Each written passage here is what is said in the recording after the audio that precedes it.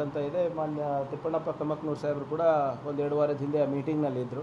Anthropology ರಿಪೋರ್ಟ್ನಲ್ಲಿ ಸ್ವಲ್ಪ ಕ್ಲಾರಿಫಿಕೇಷನ್ಸನ್ನು ಕೇಳಿದ್ದಾರೆ. ಅದು ಯಾರು ಆ ರಿಪೋರ್ಟ್ ವರದಿಯನ್ನು ತಯಾರು ಮಾಡಿದ್ದಾರೆ ಅವರಿಗಾಗಲೇ ನಾವು ಸಂಪರ್ಕವನ್ನು ಮಾಡಿ ಅವರ ಸಲಹೆಯನ್ನು ಪಡೆದಿದ್ದಾರೆ. ಅವರು ಕೂಡ ಒಪ್ಪಿದ್ದಾರೆ. ಇಲ್ಲ, ಕೇಂದ್ರ ಸರ್ಕಾರ ಏನು ಹೇಳ್ತಾ ಇರೋದು ಅದು ಸರಿ ಇಲ್ಲ, ಅದನ್ನು ನಾವು ಏನು ನಮ್ಮ ಸಾಂಸ್ಕೃತಿಕವಾಗಿ ಮತ್ತು ಐತಿಹಾಸಿಕವಾಗಿ ಏನು ದಾಖಲೆಗಳಿದೆ ಅದನ್ನು ನಾವು ಸೇರಿಸ್ಬಿಟ್ಟು ನಾವು ಕೊಡೋಣ ಅಂತ ಹೇಳಿದ್ದಾರೆ. ಸೊ ಮೋಸ್ಟ್ಲಿ 19 ತಾರೀಕು ಅಥವಾ 20ನೇ ತಾರೀಕು ಆದಮೇಲೆ ಸಮಾಜದೆಲ್ಲ ಮುಖಂಡರಿಗೆ ನಾವು ಬೆಂಗಳೂರಿಗೆ ಕಳಿಸಿ ಇಲಾಖೆ ಸೆಕ್ರೆಟರಿ ಅವ್ರ ಜೊತೆ ಚರ್ಚೆ ಮಾಡಿ ಮಾನ್ಯ ಮುಖ್ಯಮಂತ್ರಿಗಳ ಹತ್ರ ವರದಿಯನ್ನು ಸಲ್ಲಿಸ್ತೇವೆ.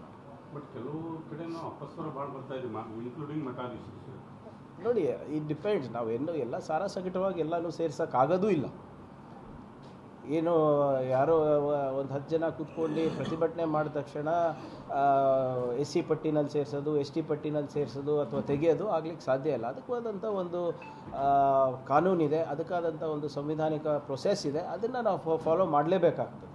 ಸೊ ಯಾರೋ ಮಂತ್ರಿಗಳು ಮಂತ್ರಿಗಳಿಗೆ ಅನಿಸ್ತಾ ಇದೆ ಇದು ನಾವು ಸೇರ್ಪಡೆ ಮಾಡಿಸ್ಬೇಕು ಅಥವಾ ಸಾರ್ವಜನಿಕರಲ್ಲಿ ಕೂಗು ಬರ್ತಾ ಇದೆ ಅಂದ ತಕ್ಷಣ ನಾವು ಮಾಡಲಿಕ್ಕಾಗಲ್ಲ. There is a constitutional process for everything that shall be followed and that should be followed.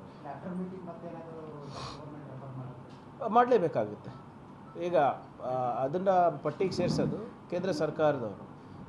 ಕೋಲಿ ಸಮಾಜದಂತೂ ಅಡ್ವಾನ್ಸ್ ಸ್ಟೇಜ್ನಲ್ಲಿತ್ತು. ಅದು ಹಿಂದಿನ ಸರ್ಕಾರದಲ್ಲಿ ನಿಮ್ಗೆ ಗೊತ್ತಿದೆ. ನಾನು ಹೆಚ್ಚಿನ ರಾಜಕೀಯ ಬೆರೆಸೋಕ್ಕೆ ಹೋಗೋದಿಲ್ಲ.